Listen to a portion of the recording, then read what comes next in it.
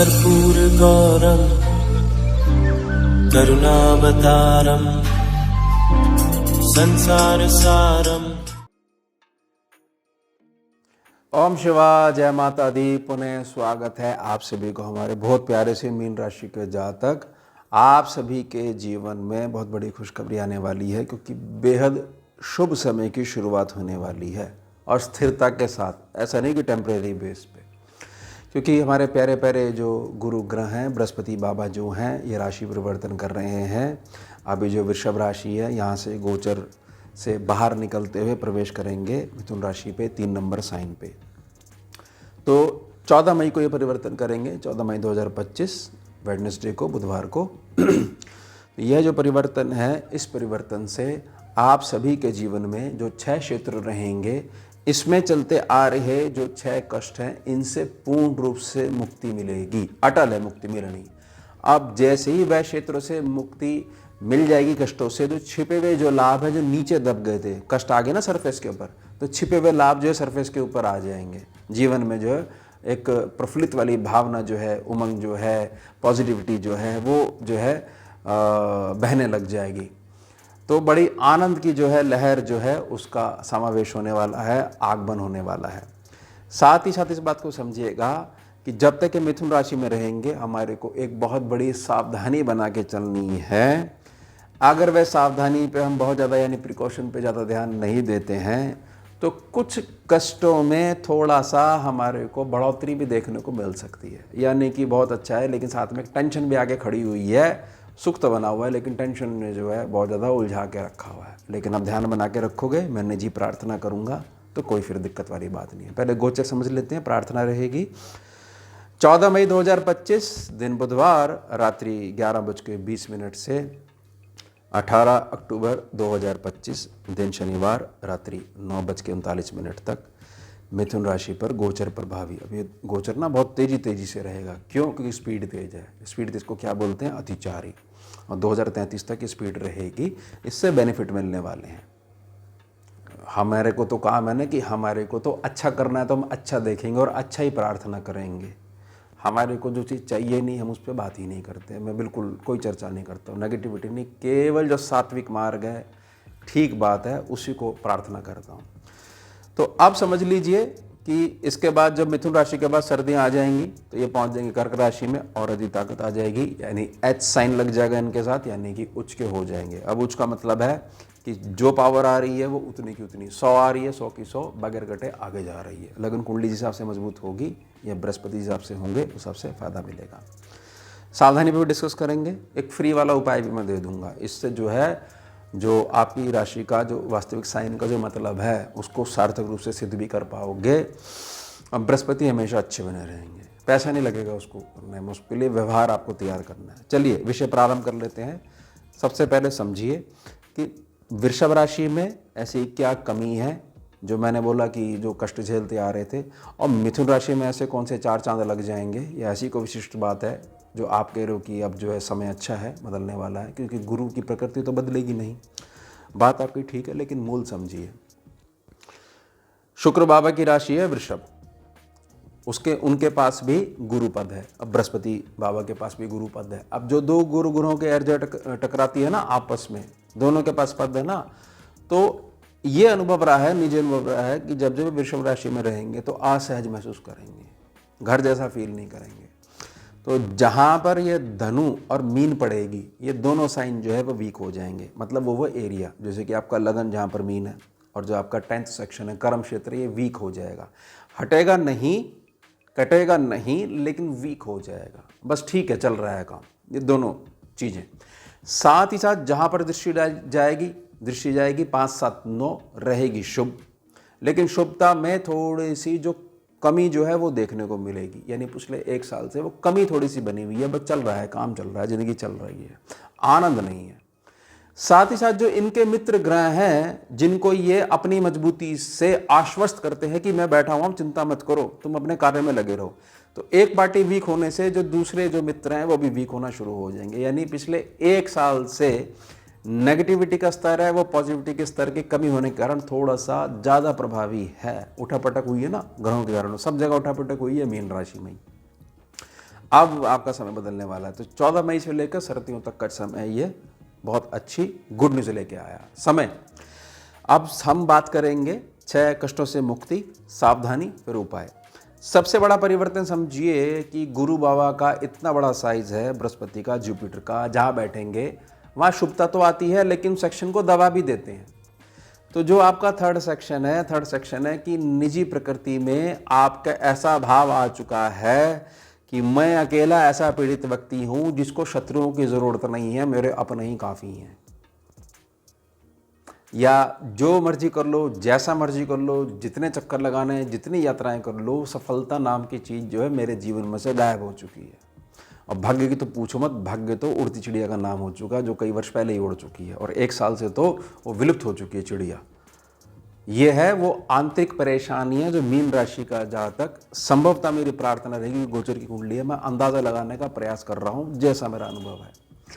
उसके साथ में ये चीज समझ जाइएगा कि यहां पर समाज से जो मुझे पिछले कुछ वर्षों में जो सपोर्ट मिलता था, जिस भी मैं क्षेत्र में हूं, मेरी एक प्रकार से सपोर्ट वाली चीज रहती थी, अप्रिशिएशन मिलता था, वो मिलना बंद हो गया है। जैसे कि अगला व्यक्ति ने मेरे से मुख मोड़ लिया हो।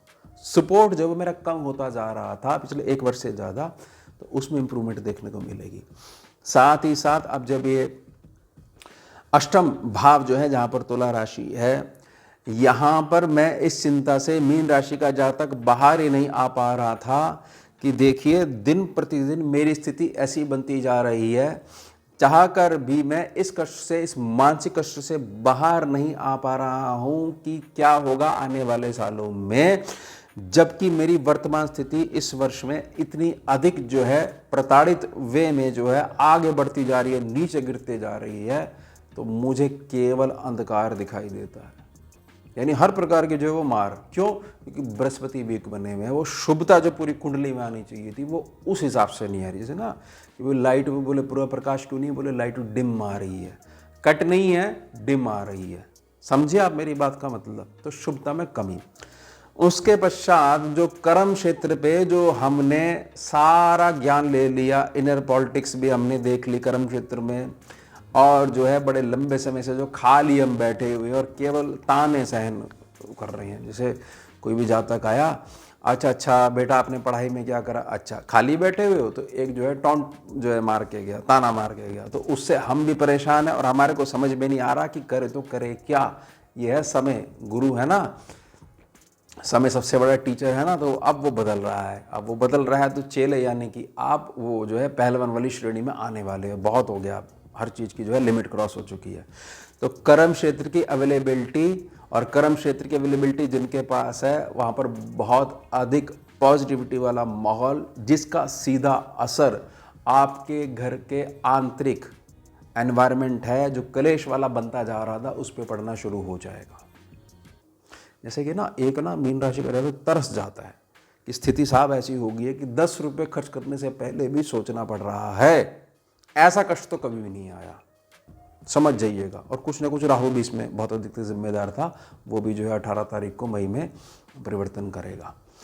अब इस बात को बहुत अच्छे समझिए कि जब इतनी सारी टेंशनें हैं, साथ में उसके साथ हमारे को कभी भी चैन की नींद हम ले ही नहीं सकते हैं।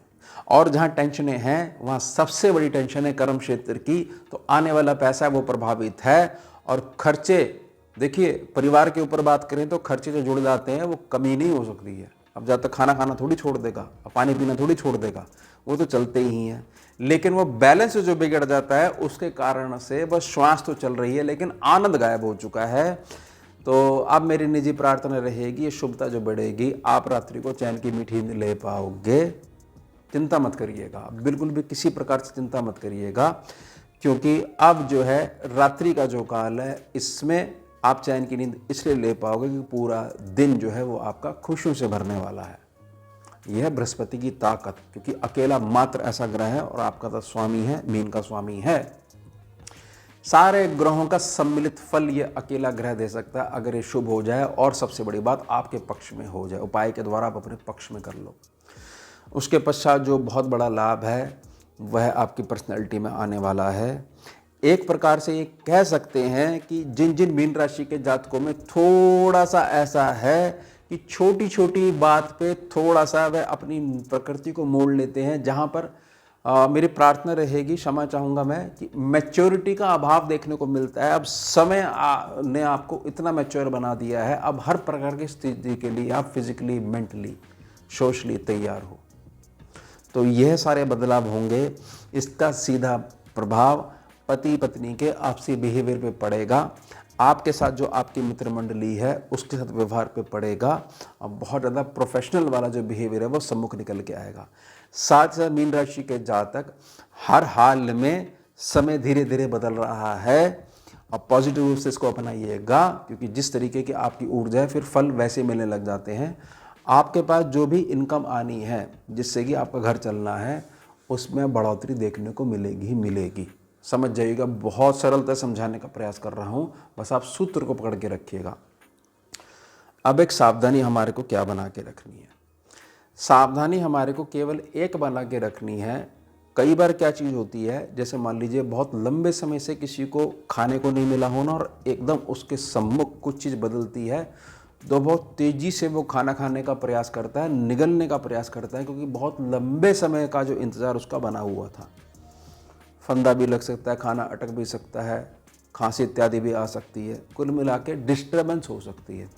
तो आपको ध्यान बना के रखना है, गुरु ग्रह का भार अभी भी है। कहाँ पर है? चौथे सेक्शन पे, जहाँ पर ये पहुँचे हुए हैं।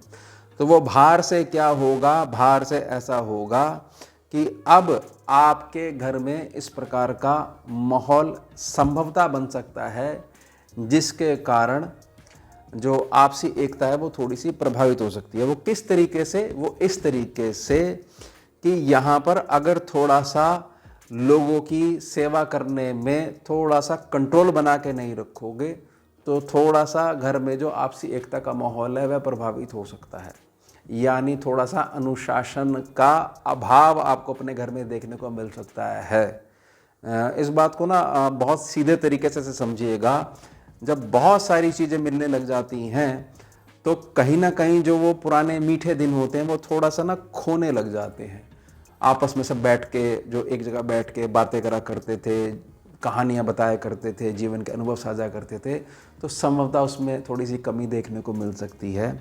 साथ ही साथ ऐसा मत करिएगा कि जैसे ही आपका थोड़ा सा समय प्रभावित हो तो बहुत अधिक जो भौतिकता वाले साधन हैं उनकी बढ़ोतरी मत करिएगा।